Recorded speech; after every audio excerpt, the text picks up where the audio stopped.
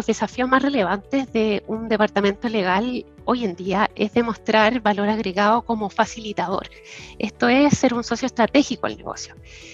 Escuchar a los clientes internos para comprender sus necesidades, apoyarlos, ayudarlos para que las cosas pasen rápido y pasen bien. Alinear los objetivos y metas del equipo con los de la organización y priorizar el trabajo de equipo para cumplirlo. Junto con lo anterior, siento que hoy en día se espera del departamento legal o de los abogados que hacen ese rol, porque no en todas las compañías hay un departamento legal, se espera que sean personas o un grupo colaborativo que tenga una cultura de aprendizaje permanente, que se sepa manejar en la zona gris y sobre todo en los límites de la zona gris, porque hay muchas personas que sí trabajan en la zona gris, pero al centro de esa zona, en el fondo, que es un poquito intermedia. Creo que es súper valorable también manejarse dentro de esos límites. Por supuesto, establecer buenas relaciones con el resto de la organización, brindar confianza de que se está trabajando en respeto de la norma, pero a la vez siendo ambiciosos, siendo innovadores. Y súper importante, entender el mercado en el que ese abogado se desenvuelve. Por supuesto, adaptarse a los cambios con fluidez y con disposición, para finalmente demostrar que el abogado del departamento legal es más que un gasto de back office, sino que una inversión en el front office. En términos de presupuesto, como todo back office, lo que la organización espera es que hagamos más por menos, es demostrar valor, ser innovadores, ser partners estratégicos. Entonces, para la conformación de un presupuesto, si bien puedes desplegar todos tus esfuerzos por conocer la empresa, por ver dónde está el foco, la necesidad del negocio hoy, los objetivos de las distintas áreas que estás atendiendo, para focalizar en el fondo de mejor manera los esfuerzos, las iniciativas, los lanzamientos, los proyectos que sí o sí van a requerir más inversión legal, en un entorno dinámico, es muy común que pasen cosas, que en el fondo se den situaciones que van a venir un poquito a quebrar esa planificación financiera. Entonces, tienes que conocer bien a la organización para manejarte dentro de un presupuesto, quitar un poquito acá, poner un poquito allá, en el fondo que este presupuesto esté vivo y que lo puedas ir manejando y adaptando según las necesidades. También tenés que hacer una correcta revisión del gasto actual y pensar en cómo optimizar, tercerizar, invertir en herramientas tecnológicas, quizás derivar ciertas materias a estudios jurídicos que no sean AAA, sino que sean unos estudios quizás más tigritos, pero más especializados y que ahí puedas tener un margen de ahorro. Ahora, ¿es la principal tarea? No, no es la principal tarea. La principal tarea es, como decíamos antes, ser un aliado estratégico del negocio. Creo que los abogados y los departamentos legales, los gerentes legales, cada vez más están considerados como un socio más en la mesa de la toma de decisiones, y creo que ahí los abogados hemos hecho un buen trabajo en concientizar a las gerencias de que tienen que incorporar al área legal en la génesis de los proyectos, porque es ahí donde el ojo crítico, el ojo especializado del abogado de la compañía puede ver ciertas lagunas o puede decir, mira, sabes que como están conduciendo el proyecto no se puede, pero veámoslo por este camino, dar alternativas. Y también, por supuesto, tienes que tener la capacidad, cuando tienes que decir que no y cuando tienes que reestructurar algo, hacerlo sin importar quién te esté escuchando, porque para eso estás contratado. Tú estás contratado para ser un business partner, pero también para ser un consejero, para ser en el fondo un guardián de la integridad, de la responsabilidad de la compañía.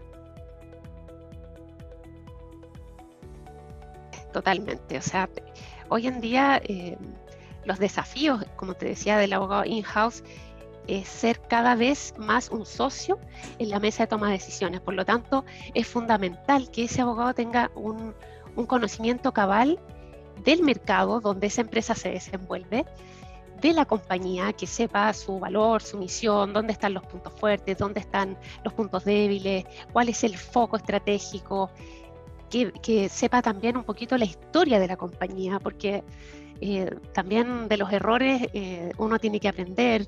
Tienes que hacer una correcta evaluación de riesgo-beneficio, tienes que saber navegar por la organización, porque hay distintas culturas organizacionales. Entonces para un abogado que es externo a la compañía va a ser más difícil, porque además no va a tener la red de contactos dentro de la compañía para preguntar distintas cosas, porque el rol del abogado hoy en día además va muy ligado con los temas de administración de empresas.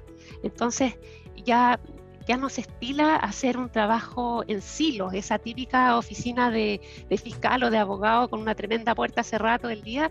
Eso ya no existe. Es un trabajo colaborativo, es un trabajo dinámico, y de este abogado in-house lo que se espera es eso, que sea un colaborador más, un tomador de decisión, un consejero que entienda los riesgos y los beneficios, y que sea capaz de también dar consejos para que la compañía sea competitiva, porque lo más fácil es quedarte en la zona de confort, en la zona segura, sin tomar ningún riesgo, pero vas a condenar a esa compañía a quedarse ahí. Y hoy en día, precisamente la corriente es al revés, es ser innovador, es tomar desafíos, tomar retos, es invertir a veces en campos que no son de tu especialidad, desarrollar otros negocios, y es ahí donde se requiere que el abogado en el fondo sea dinámico en este sentido. Por supuesto, si nos vamos al objetivo, por supuesto que sea una persona que sea abogado claramente, que ojalá tenga especialización en mi rubro. Yo hoy en día me dedico al derecho farmacéutico, entonces para mí idealmente una persona que tenga conocimiento. Si no los tiene, me da lo mismo en la medida, y aquí voy a lo que es muy importante para mí, que sea una persona con proactividad, que sea una persona que tenga ganas de aprender, que sea una persona que le guste lo que hace, que tenga, por supuesto, habilidades comunicacionales, que le guste trabajar en equipo, que vaya, que reme para el mismo lado en el fondo que estoy remando yo, porque vamos a hacer un equipo y la idea es que el equipo destaque, no que destaquen las personas individualmente consideradas. Entonces me fijo, fíjate, en ese tipo de cosas, en lo más subjetivo, que sea una persona con muchas ganas, con mucha dedicación, que sea una persona también detallista, porque claro, cada abogado que se especializa sabe los detalles de su industria. Entonces para la mía en particular tiene que ser una persona que le guste mucho estudiar, porque hay muchas materias que confluyen en este derecho corporativo. Tenemos compliance, tenemos muchos temas financieros, tenemos temas hasta de química. Entonces que sea una persona que le guste aprender y que se esté desafiando constantemente. La pandemia tuvo un impacto súper importante, no solo en términos internos de los equipos, sino también para los prestadores de servicios legales. Hoy en día lo que nosotros esperaríamos es que el tema principal esté en el énfasis de modelos centrados en el cliente, más que nunca. Si bien las nuevas soluciones se basan en datos, se trata de que los proveedores aprendan y comprendan de mejor forma las necesidades del cliente, por lo tanto le aporten mayor valor. Creo que falta un poquito de desarrollo en cuanto a los estudios, falta adaptarse o sumarse al legal tech, por ejemplo, que en otros países está muy desarrollado, por ejemplo España. Estados Unidos, ni qué decir. Entonces creo que en Chile seguimos con un esquema un poquito tradicional, el típico esquema de las horas, que uno como gerente legal la verdad es que tiene que confiar en que para X trabajo se utilizaron X horas y que todas esas personas que aparecen en la nota de cobro realmente intervinieron. Creo que falta dinamizar la forma de cobrar el servicio, porque por lo menos en mi experiencia el servicio propiamente tal prestado sí es bueno, pero creo que a la hora de cobrar estamos en el siglo pasado todavía. Creo que falta ahí un poquito más de automatización, más transparencia y especializar más los estudios jurídicos. Yo trabajo con ciertos estudios jurídicos precisamente por su especialización en life sciences, que es lo que a mí me convoca. Pero si tú te fijas en líneas generales, creo que se ha avanzado en esa materia, pero creo que falta un poquito más especializar y tener distintos nichos dentro de un mismo estudio jurídico.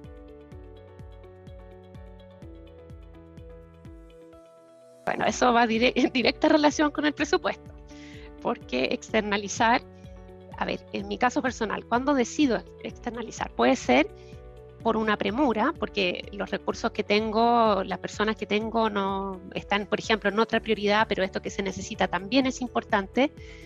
Puedo externalizar porque necesito una segunda opinión. Puedo externalizar porque en el estudio jurídico X hay un equipo multidisciplinario que puede tomar un tema.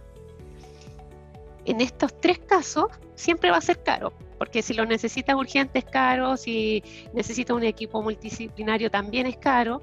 Entonces, el ideal, por supuesto, para toda compañía es, como te decía antes, que el departamento legal genere el menor gasto. Pero por otra parte, el negocio también tiene que funcionar sobre una base segura, porque sería un pésimo ahorro actuar no sobre seguro. En los temas legales, la verdad es que no hay líneas intermedias. Tú tienes que estar seguro de lo que estás haciendo. Y si vas a asumir un riesgo, conocer el riesgo y estar consciente de lo que podría pasar. Pero tienes que tener esa información a la mano. Entonces, creo que hay ciertas situaciones, o por ejemplo, litigios. Si tú no tienes un área especializada en litigios dentro de tu compañía, lo tienes que externalizar, porque es mucho tiempo, es mucha dedicación. En tiempos pre-pandemia había que ir al tribunal. Entonces, ¿a qué hora lo haces si tú tienes que hacer un trabajo de oficina, tienes un trabajo de dirección, que la verdad es que no puedes dejar vacío? Por lo general, las materias que uno externaliza son materias complejas. No es el día a día, tú no externalizas cosas básicas, tú externalizas, como te decía anteriormente, para confirmar una opinión, para que un equipo de distintas especialidades te dé otra visión, para que quizás te digan algo que tú no estás viendo. Entonces, eso va de la mano de un equipo que tenga una alta preparación. Si eso se ve reflejado en el ranking, entonces, claro, respondo al ranking. Coincidentemente, claro, los estudios con los que trabajo son estudios bastante reconocidos, pero esto responde también a que son estudios que a mí me entregan lo que yo necesito, que estudios que tienen personas que están dedicadas a mi rubro y con los cuales yo siento que me voy a la segura y que en el fondo son personas que me aportan un valor, ¿no? Difícilmente va a venir en un informe algo que yo ya sepa. Puede venir un punto de vista distinto, puede venir una confirmación, pero con un agregado. Entonces, creo que los rankings son buenos en el sentido que también están desafiando a los estudios para que no se queden tranquilos como, ya listo, nosotros tenemos una tremenda cartera de clientes, entonces estamos asegurados. No, yo creo que los rankings a ese nivel sí son buenos. Ahora, dentro de los rankings, a mí sí me llama la atención la baja presencia de mujeres, y dentro de los requisitos que yo sí busco en los estudios con los que trabajo es que esté el tema de las políticas de género.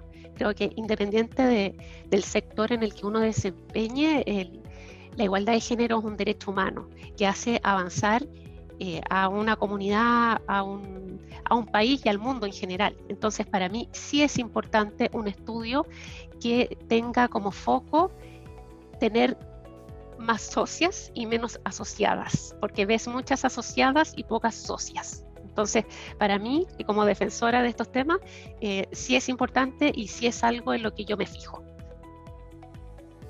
El impacto inicial de la pandemia fue significativo, o sea, pasar de un esquema tradicional del face-to-face a uno totalmente nuevo, además en un ambiente de total incertidumbre, fue no menor.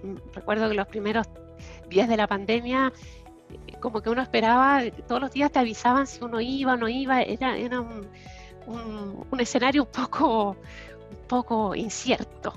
Y esta pandemia, que ha durado lamentablemente más de lo que nosotros hubiésemos querido, también ayudó a derribar muchos mitos en torno al home office y al paperless. Sin embargo, creo que tenemos que trabajar aún más en implementar sistemas de automatización de procesos, de documentación, gestión de vida de los contratos, reutilización del know-how, optimización en el fondo de asignación de tareas, medición de riesgos y beneficios de una forma más automatizada. Creo que avanzamos muchísimo a raíz de la pandemia, pero ya esto es una realidad y tenemos que trabajar sobre esta realidad.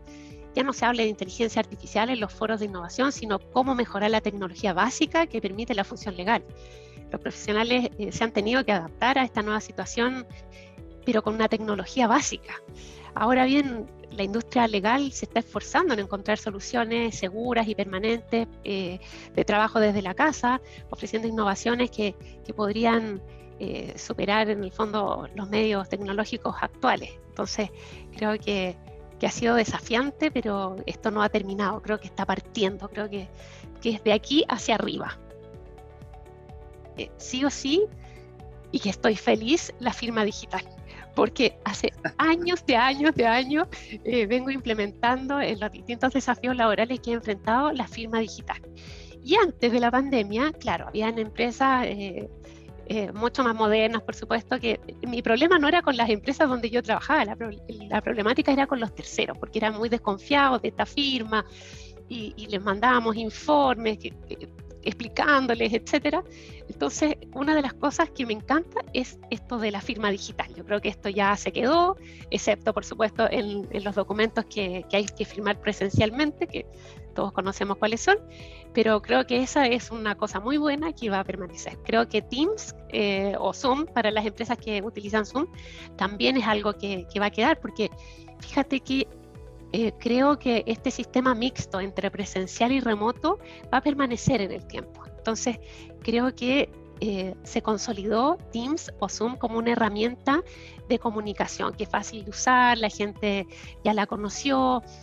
Creo que prendiendo la cámara, por supuesto, se genera una buena interacción, si bien no es lo ideal, pero es mejor que solamente hablar por teléfono.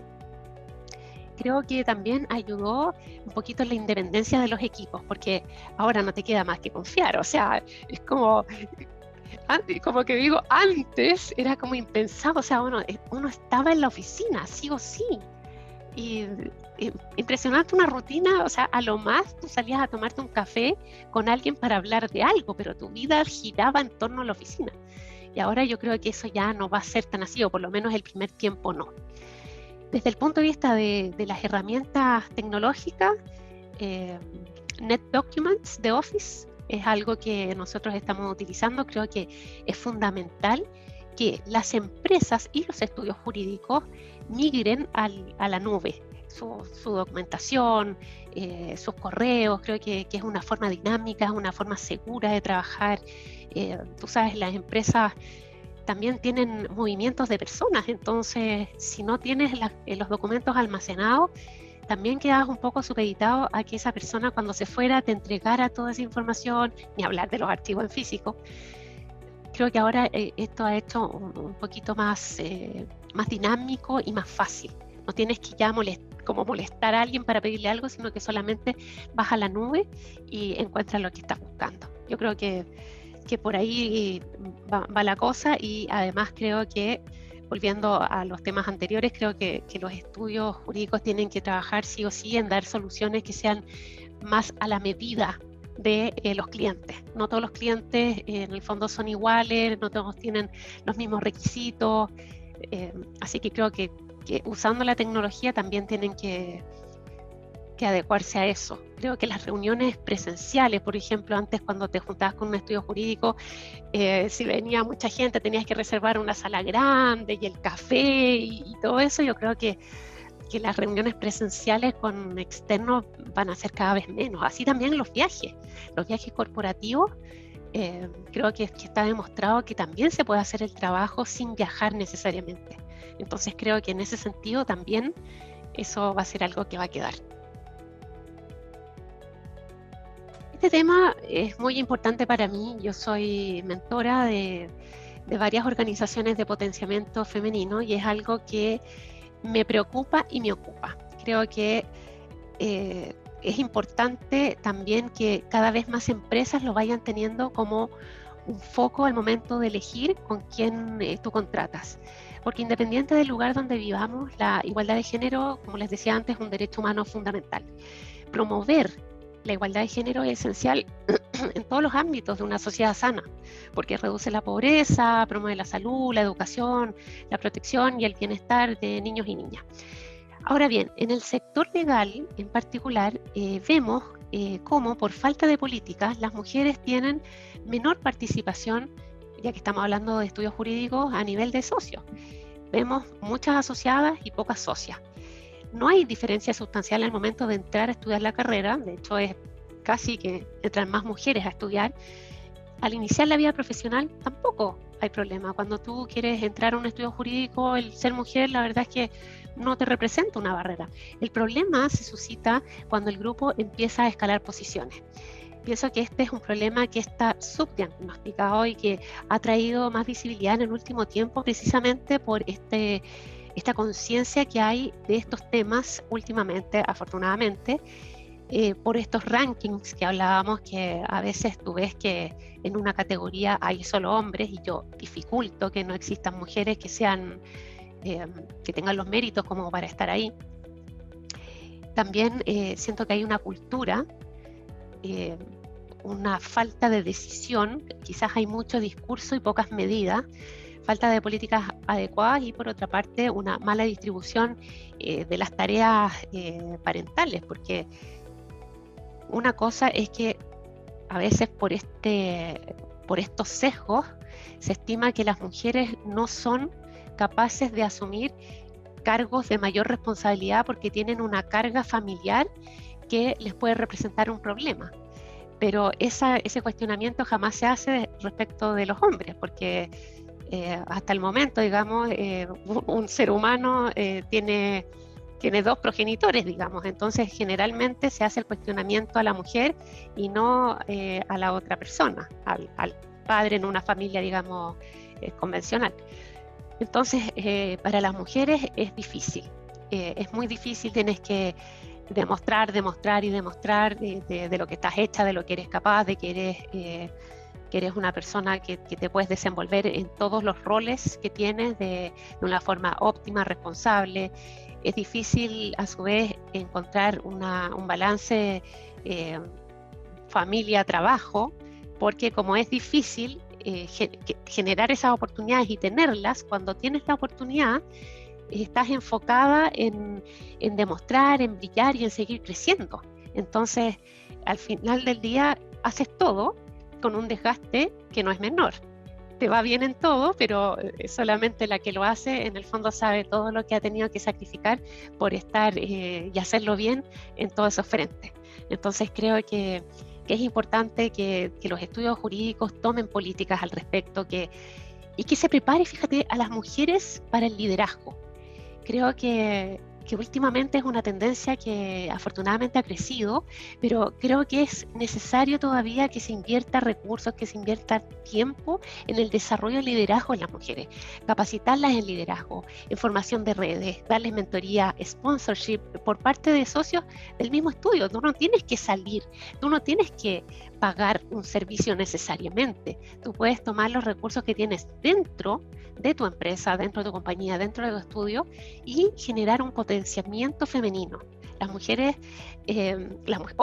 mujeres y hombres se complementan porque cada uno de nosotros somos diferentes, por lo tanto aportamos distintas cosas que hacen que esta combinación sea maravillosa.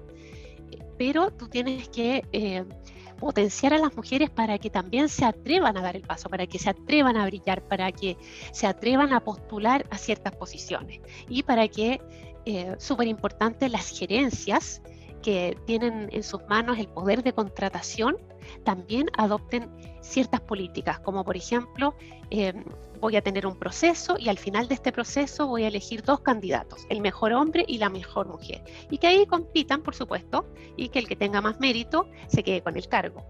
Pero tienes que tener esa apertura. Hace poco me preguntaban en otra entrevista qué pensaba yo de la ley de cuotas, si estaba de acuerdo. Hace unos años atrás yo no estaba de acuerdo con la ley de cuotas porque pensaba que era como una especie de ventaja y que en el fondo tú tenías que ganarte tu espacio por tu mérito, por tu capacidad. Pero la verdad es que tenemos un retraso que con la pandemia se ha acrecentado aún, pero ¿cuánto es? 150 años. Hay estudios que dicen que tenemos 200 años para tener paridad de género en los términos en los que estamos hablando. Entonces creo que es un avance, es un empuje hasta que esto ya sea habitual, hasta que esto no sea tema. Todavía nos encontramos con noticias de por primera vez el banco X tiene una presidenta, por primera vez una mujer ocupa el cargo. ¿Y cómo será de novedoso que salen las noticias? Entonces tiene que llegar el momento en que eso no sea tema, porque no es tema que un hombre ocupe un cargo, es como obvio, pero que una mujer tome un cargo de poder, que una mujer vaya ascendiendo, es como, wow, es raro. Cada vez menos raro, pero sigue siendo menos. El abogado del futuro, y yo te diría que el abogado del presente, necesita sí o sí un pensamiento crítico, pero también ser creativo. Tiene que tener una alta capacidad de resolver problemas complejos de una forma fácil, buenas dotes de negociación, inteligencia emocional, saber trabajar en equipo. Algunos estudios jurídicos de primer nivel han adaptado a sus procesos de reclutamiento sistemas para identificar estos atributos que te mencioné y en el fondo medirlos de forma de ofrecerle a los clientes y en la incorporación interna, digamos, este tipo de perfiles para afrontar todos los desafíos que tenemos, bueno, hoy en día y que por supuesto vamos a tener en el futuro. Es clave que los abogados y abogadas se formen no solo en los conocimientos técnicos, jurídicos, sino que en habilidades y competencias. Para mí como contratante es muy importante la parte subjetiva, la habilidad que puedo detectar en una persona, porque esa habilidad tú la puedes desarrollar, las competencias. Creo que hay que centrarse también en eso, la creatividad, como decía, el pensamiento crítico, obviamente manejarse 100% en el mundo digital y tienes que brindar, por supuesto, un servicio personalizado al cliente, tienes que conocer su situación, tienes que conocer su mercado, por lo tanto tienes que tener también conocimientos o habilidades relativas a la administración de empresas si te vas a dedicar al sector privado. Creo que hay que ser cada vez un profesional más integral, buscando soluciones prácticas de la mano de la tecnología. Eso para mí. Y respecto de si las escuelas de derecho hoy en día ayudan en eso, en mi experiencia, yo creo que sí. Y yo creo que la pandemia, de la mano de la tecnología, también está ayudando. Creo que cada vez la gente entiende más el mundo en el que vive y creo que los jóvenes estudiantes tienen una sed de aprender, se manejan en todas las plataformas. Creo que también la generación de profesores va cambiando, entonces debiese contagiar de este nuevo mundo, digamos, a las personas que vienen detrás. La responsabilidad social empresarial como un todo, para mí y para yo creo que los gerentes legales de las grandes compañías es importante. Porque cuando estás al mando de una compañía grande, tú tienes también que reportar y tienes que justificar a quién estás eligiendo. De hecho, hay procesos internos que son muy detallistas, porque esto no es como, ya listo, aquí está Juan Pérez y yo lo voy a contratar. No, hay que pasar por todo un proceso que es de evaluación de ese cliente. Ese cliente no puede tener banderas rojas, no puede haber estado vinculado en litigios propios, digamos, no litigando por el resto, sino que no puede haber estado envuelto en escándalo, no puede tener corrupción. Tienen que ser estudios jurídicos que sean impecables, no pueden tener ninguna falla ética, ninguna mancha. Entonces, el prestigio de una firma para mí es fundamental. El prestigio, y luego de eso viene, como te decía, la especialización. Por supuesto, también tienes que tener un buen feeling con las personas con las que vas a trabajar. Tiene que ser personas que estén a tu servicio, que remen contigo para que te vaya bien, ayudarte si tú en el fondo le pides algo urgente, que estén contigo y que te apoyen, trabajar en equipo. La diferencia es que tú tienes un equipo interno y este es tu equipo externo, pero que sean personas que te conozcan y también, bueno, el tema personal y los valores personales también, por supuesto, es importante. Pero, como te digo, en empresas multinacionales, generalmente los estudios AAA, si podríamos decir, son los que brindan servicios porque son estudios bien preparados, estudios que en el fondo tienen una estructura para atender todas tus necesidades. Y mira, son cosas súper básicas. A mí me gustan mucho los estudios que tienen newsletters respecto de... Puede ser general, porque también te sirve para tener una visión como completa de lo que está pasando en el mundo, y de esos newsletters que te mandan como los proyectos de ley, las cosas que se están discutiendo, las tendencias. Eso es algo para mí súper agradable. Creo que es un valor agregado que yo siempre lo agradezco. Respecto de marketing, me gusta cuando se generan... Bueno, vamos a hacer una separación, pre-pandemia y post-pandemia. Antes de la pandemia, para mí me gustaban los eventos en que te puedes reunir con tus pares, conversar, ponerte al día, cuando te citan, por ejemplo, a una charla de un tema que es atingente a lo que tú haces y va a haber, no sé, pues especialistas de distintas partes, se comparten visiones, se comparten buenas prácticas. Creo que eso es súper bueno porque estás al día y además vas expandiendo tus redes. Las redes que hoy en día el networking es fundamental para cualquier profesional. Entonces creo que eso son las cosas que yo agradezco, más que me llenen de correo o me manden regalos propiamente tal, sino que esas instancias de reuniones colaborativas creo que son súper interesantes.